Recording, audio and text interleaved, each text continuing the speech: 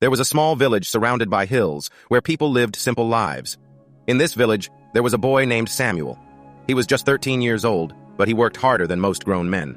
Samuel's job was to fetch water from a well far away from the village. Every morning before the sun rose, he carried 2 heavy buckets on a wooden stick across his shoulders and walked miles to the well. The path was steep and rocky, and his hands were rough from years of carrying water. "Why do you do this every day?" some of the villagers would ask. "No one even notices your work." Samuel would only smile and reply, "The village needs water. Someone has to carry it." One year the rains didn't come. The river dried up, the crops turned brown, and the villagers grew worried. They had little water left, and the well Samuel used was the only one that hadn't run dry. But the path to the well became even more dangerous. A strong storm had knocked down trees and loosened rocks, making the journey treacherous. The villagers decided to stop fetching water. "It's too risky," they said. "We'll survive on what little we have left." But Samuel couldn't watch the children cry from thirst or see the elders struggle without water.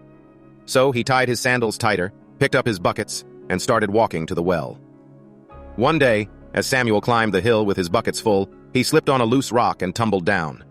The water spilled everywhere, and he lay on the ground, bruised and exhausted. For the first time, Samuel felt like giving up. "Why am I doing this?" he thought. "No one cares about the water. No one even thanks me." He sat there for a long time, staring at the empty buckets. But then, Samuel thought about the children playing in the village square, the farmers working in their fields, and the elders sitting under the big tree. Without water, they couldn't survive. With renewed determination, Samuel stood up, dusted himself off, and walked back to the well.